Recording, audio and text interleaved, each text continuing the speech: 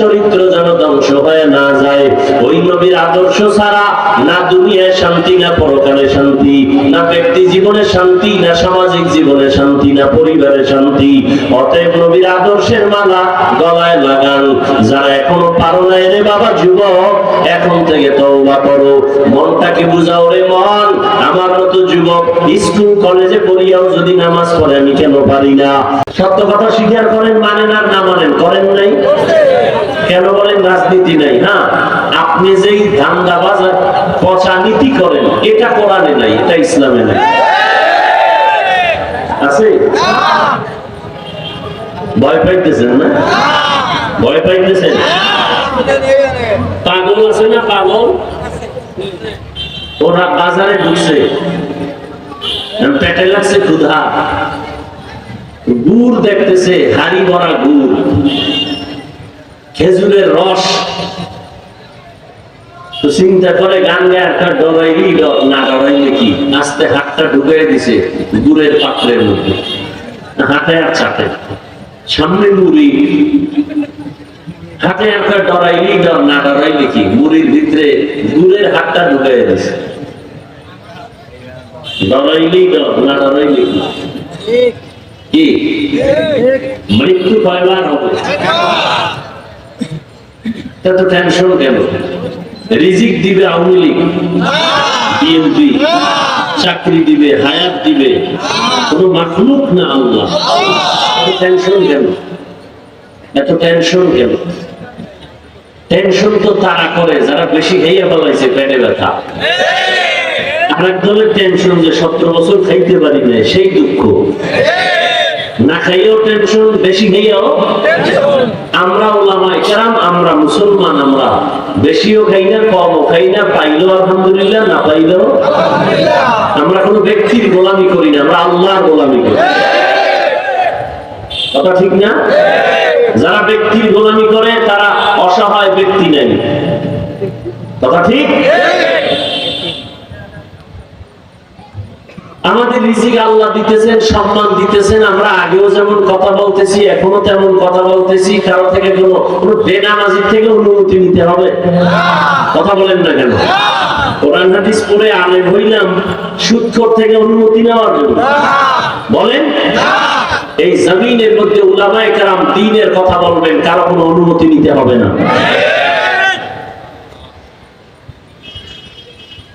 আল্লাহ বুঝার তৌফিক দান করেন। আমিন। রহমতের নবী এমন এক আদর্শ দিলেন, কারো থেকে কিছু দাঁড় করা লাগবে? কমপ্লিট সব কিছু দেওয়া আছে। কোরআন শরীফে আছে ডাইরেক্ট অথবা ইশারায়, বিস্তারিত আছে হাদিস শরীফের মধ্যে।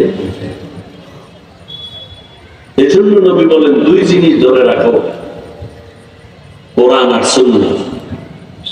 এই দুই জিনিস এখনো যাদের কাছে আছে তারা বাদশা।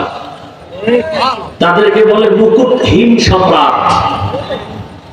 চেয়ারম্যানের চেয়ারের মেয়াদ শেষ, কোরআনওয়ালার চেয়ারের কোনো মেয়াদ নাই। আছে কোনো মেয়াদ?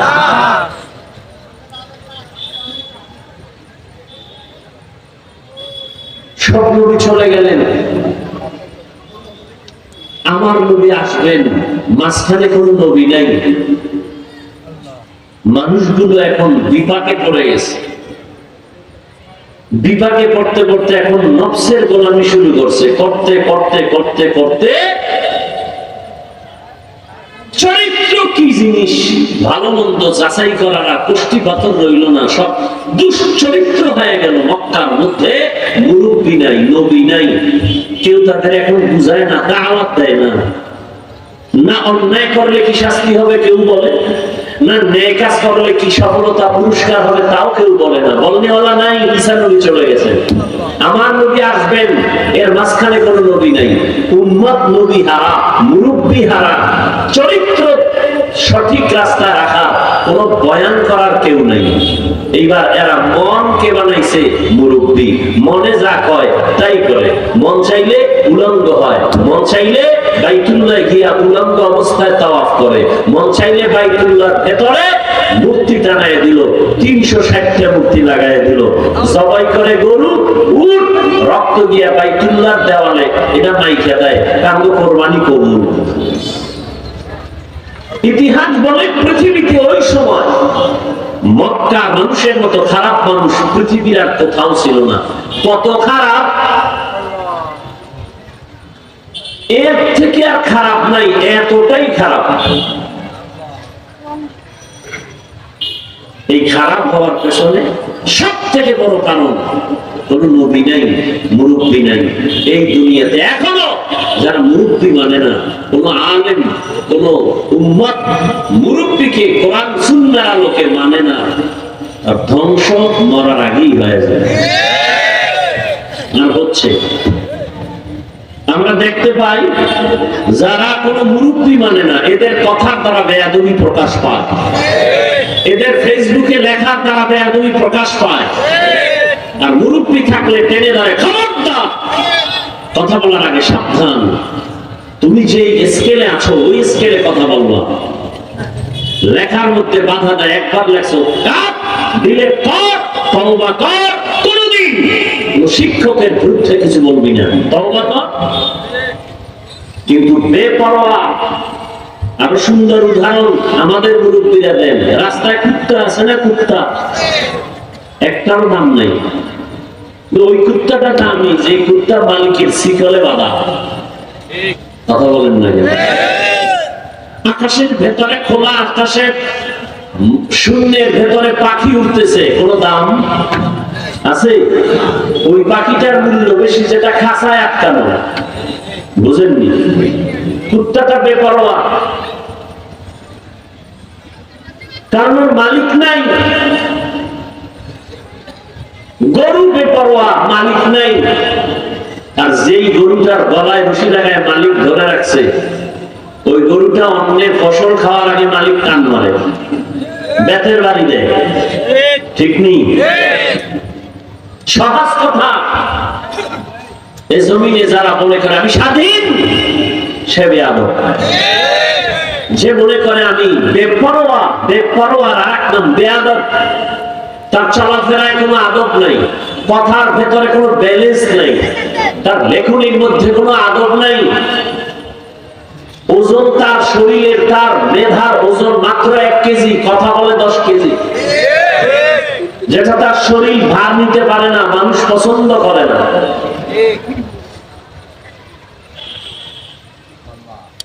এগুলি চলছে এখন।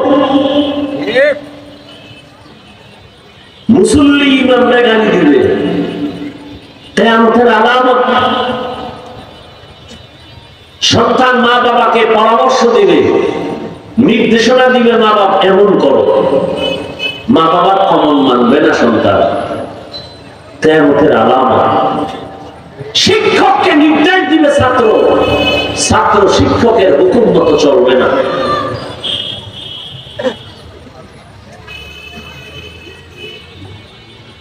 রহমতের নবীর অবস্থা দুনিয়াতে আসার আগে মক্কার অবস্থা আরো খারাপ। আল্লাহ পাক সেই চূড়ান্ত খারাপ জায়গায়, খারাপ মানুষের মাঝে ফুটন্ত গোলাপ আল্লাহ পাঠায় দিলেন। নবীজি আসছেন, আসা মাত্র জমিনের মধ্যে পরিবর্তন শুরু।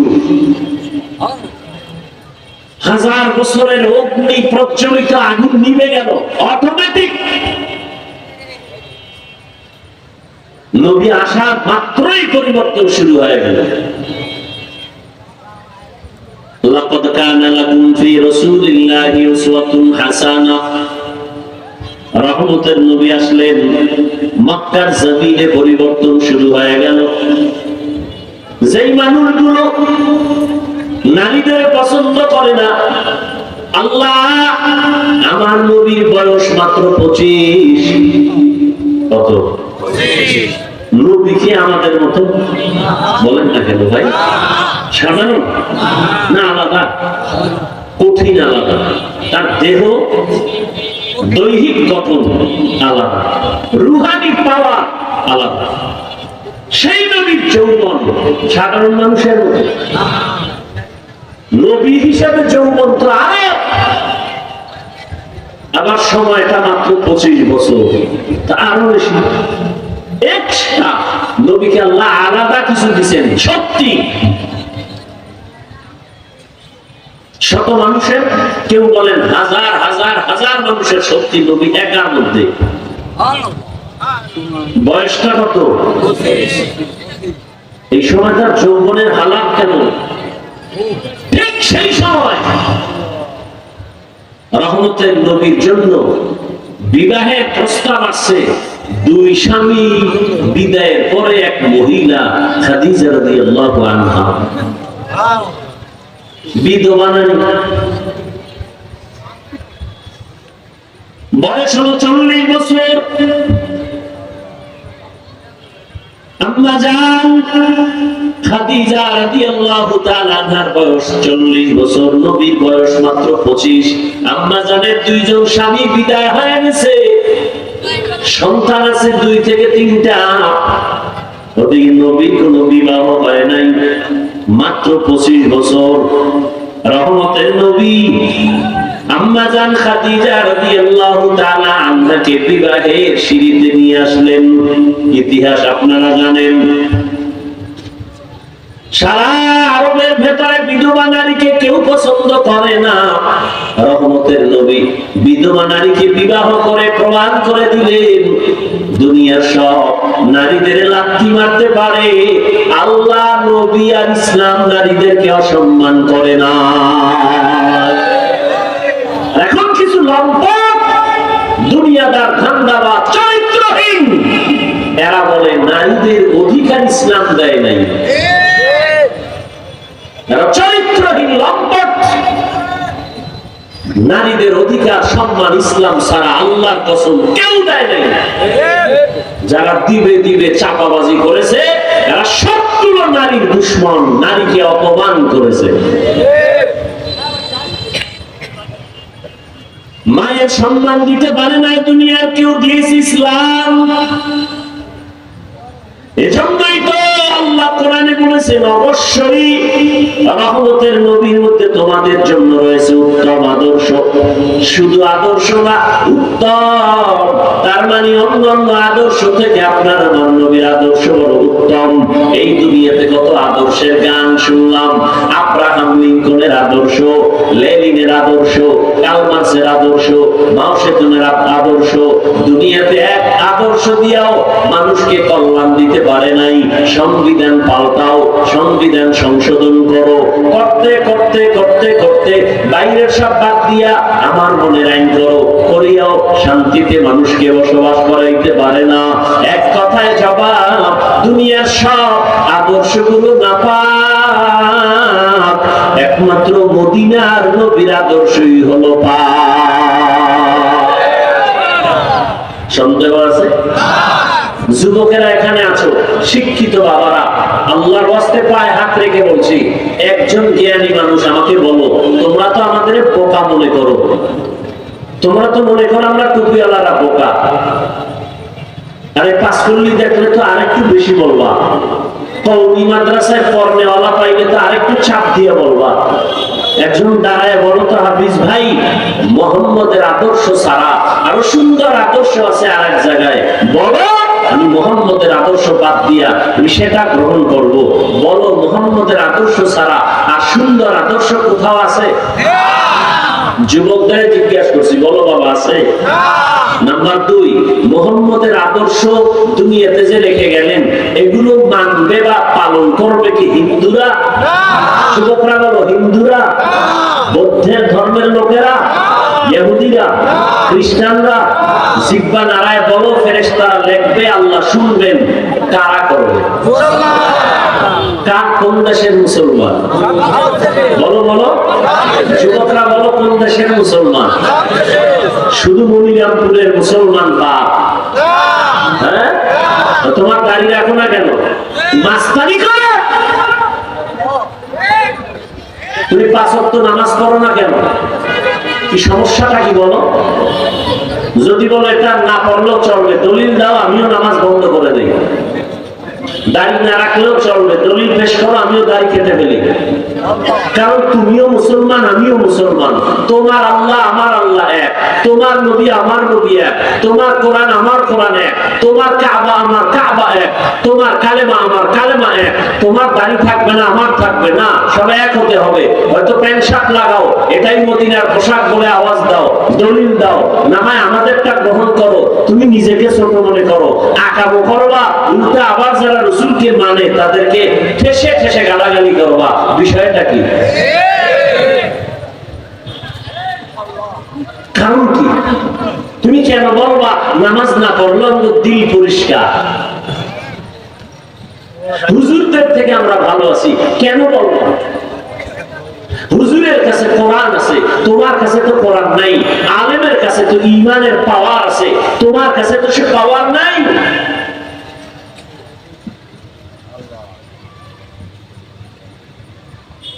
নবীর আদর্শ মানবে মুসলমান। এবার অনেকে চিন্তায় পড়েছে, হুজুরেরা যতটা সহজে মানতে পারে আমরা কি এটা পারিনি?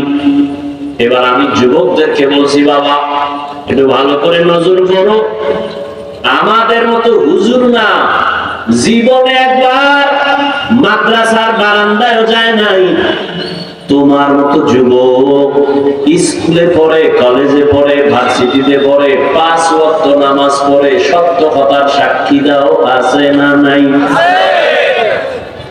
এবার তুমি তোমাকে জিজ্ঞাসা করো, তুমি পারো না কেন? তোমার মতো যুবক রাস্তায় গাড়ি চালায়, ড্রাইভারি করে, আজান হয়ে গেছে, নামাজে দাঁড়ায় গেছে, নামাজ ছাড়ে না, তুমি তোমাকে জিজ্ঞাসা করো, বাবা তুমি কেন পারো না? তোমার মতো যুবক সন্তান র‍্যাব, আর্মি, পুলিশ, বিডিআর এর চাকরি করে, ব্যবসা করে, কোটি টাকার মালিক, 1 টাকাও হারাম খায় না, নামাজ ছাড়ে না। ঢাকা বিশ্ববিদ্যালয়ে যাইয়া দেখো, জাহাঙ্গীরনগরে গিয়া দেখো, কত ছাত্র দেখবা বিশ্ববিদ্যালয়ে লেখাপড়া করে, কিন্তু পেছন দিক দিয়ে তাকাইলে মনে করবা বড় মসজিদের খতিব, মাথায় পাগড়ি, লম্বা দাড়ি, লম্বা জামা, কিন্তু সালাম দিয়ে যদি জিজ্ঞাসা করো কেমন আছেন, ভালো, কোন মসজিদের খতিব, বলে জীবনও না। কি করেন? বলে ঢাকা বিশ্ববিদ্যালয়ে পড়ি। হালাত কেন? বলে মদিনাওয়ালা নবীর আদর্শের প্রতিফলন। আমি কলেজে পড়িয়াও নবীরে ভুলি নাই, কারণ নবী চ্যালেঞ্জ দিয়েছেন, 2টা জিনিস আঁকড়াইয়া ধর, ঈমানও যাবে না, সম্মানও যাবে না। আসো ওই নবীর আদর্শের মালা গলায় লাগাইছি, ওই টুপির কারণে তো সম্মান কমে নাই, দাড়ির কারণে তো ইজ্জত কমে নাই, না খাইয়া মরি নাই, সার্টিফিকেট নাই, চাকরিও নাই, ওই না খাইয়া তো কোনো হুজুর মরে নাই। করোনার মতো গজবে পড়িয়া কত চাকরিজীবীর চাকরি হারাইলো, কিন্তু একজন টুপিওয়ালাও না খাইয়া মরে নাই। করোনার ভেতরে তাকায় দেখছো, ভুলিয়ে গেলে হবে না, স্কুল বন্ধ, কলেজ বন্ধ, ভার্সিটি বন্ধ, চাকরি বন্ধ, ফ্যাক্টরি বন্ধ, গাড়ি বন্ধ, দোকান বন্ধ, কিন্তু বাংলাদেশে তাকায় দেখো, কোরআনের একটা মাদ্রাসাও বন্ধ হয় নাই। তুমি 3টা মাস্ক লাগাইছো, ট্রিপল মাস্ক, মরবা না। আর হুজুরেরা মাস্ক না লাগাইয়া করোনার মরণ্যা রোগীর লাশগুলো কান্দে নিছে, গোসল করাইছে, কাফন করাইয়া, জানাজা পড়াইয়া, শত শত লাশ করোনার আলেম ওলামারা কবরে দাফন করছে, একজন হুজুরেও করোনায় মরে নাই। हकीकत से तो दुनिया बेखबर है, दुनिया की नुमाइश पर नजर है, नमी गुयम के आज दुनिया जुदा बाश, बहर कारे के बाशी बा खुदा बा। এরে নবীর আশিক উম্মতের দান, রহমতের নবীর আদর্শ ছাড়া শান্তির কোন পথ খোলা নাই। তার মানে তুমি আমার মতো হুজুর হতেই হবে না, না, তুমি স্কুলে পড়ো, কলেজে পড়ো, ডাক্তার হও, ইঞ্জিনিয়ার হও, ইসলাম বাধা দেয় না, কিন্তু বেয়াদব হইও না। অনুরোধ,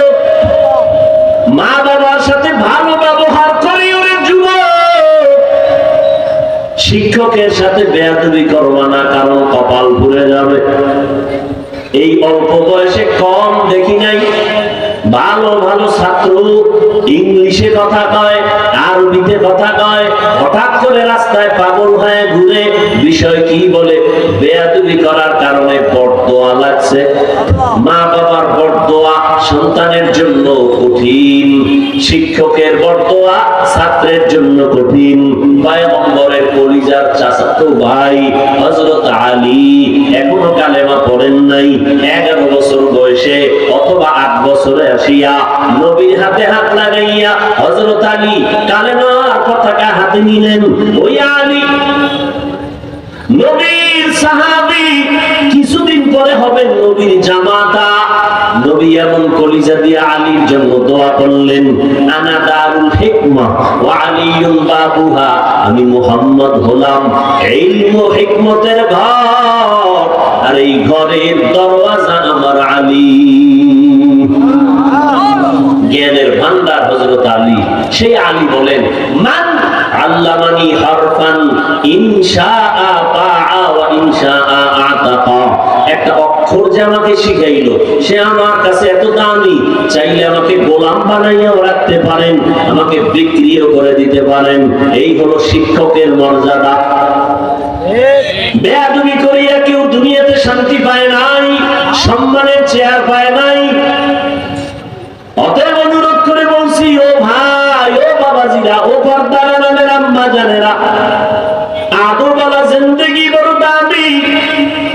অনেক লেখাপড়া করতে পারেন নাই, কিন্তু ভিতরে বিনয় আছে, নম্রতা, ভদ্রতা আছে, মর্যাদা বেড়ে যাবে।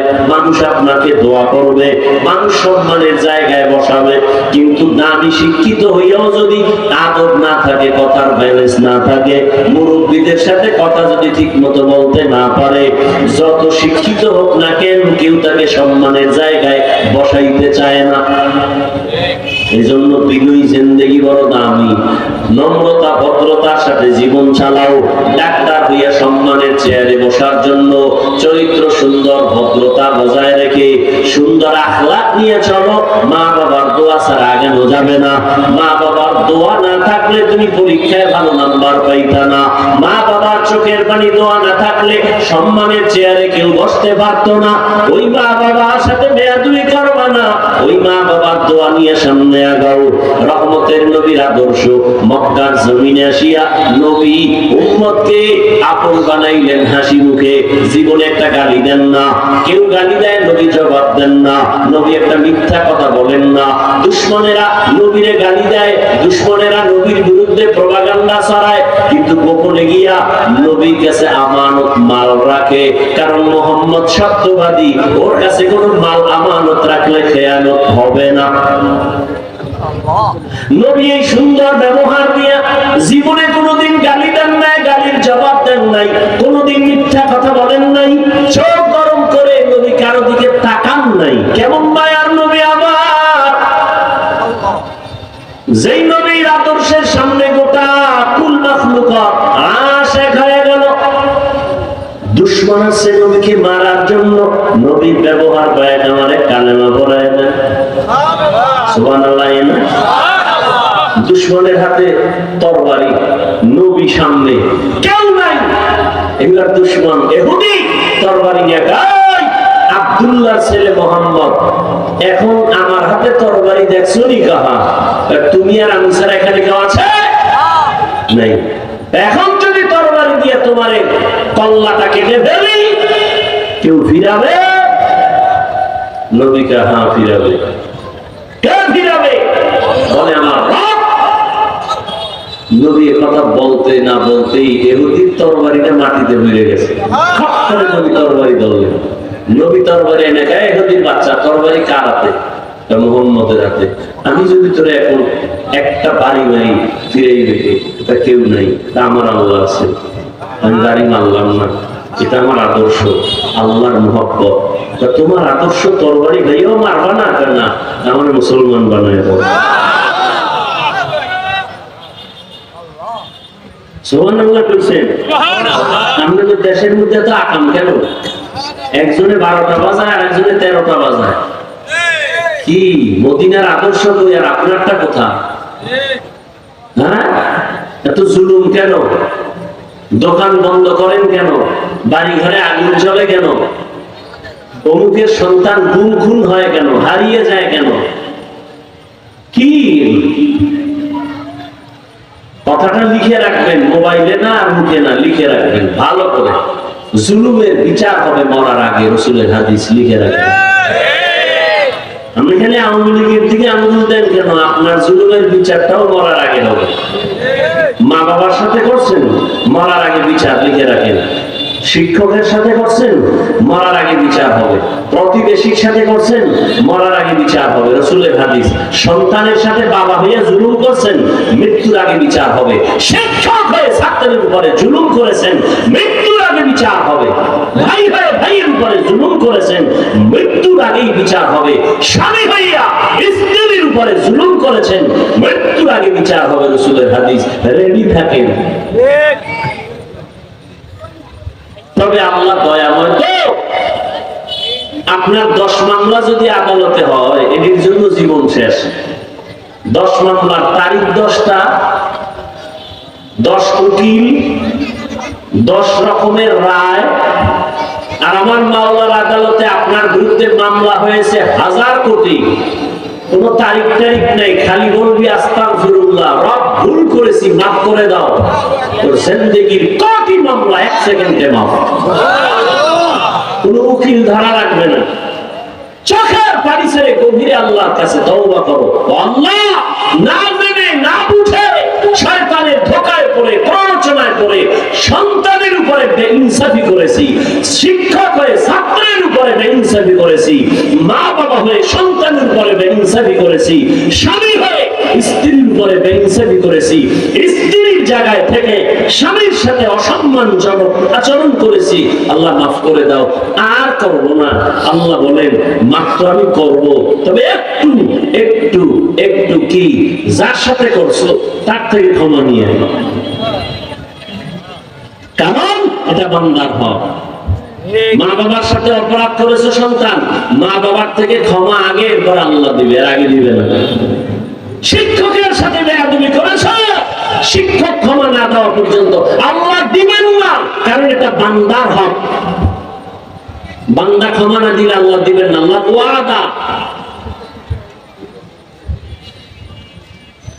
রহমতের নবীর আদর্শ শুধু মানুষ তাই না, নবীর আদর্শ দেখিয়া জঙ্গলের প্রাণীরা পর্যন্ত নবীর আশিক হয়ে গেল। ও নবীর উম্মতের দল, নবীর আদর্শ মানতে গেলে আমাদের চাকরিও যাবে না, ব্যবসাও যাবে না, লেখাপড়াও বন্ধ হবে না। ও যুবক বাবারা, ও পর্দার আড়ালের মা বোনেরা, সন্তান ভালো হওয়ার ভেতরে আপনাদের অবদান বেশি।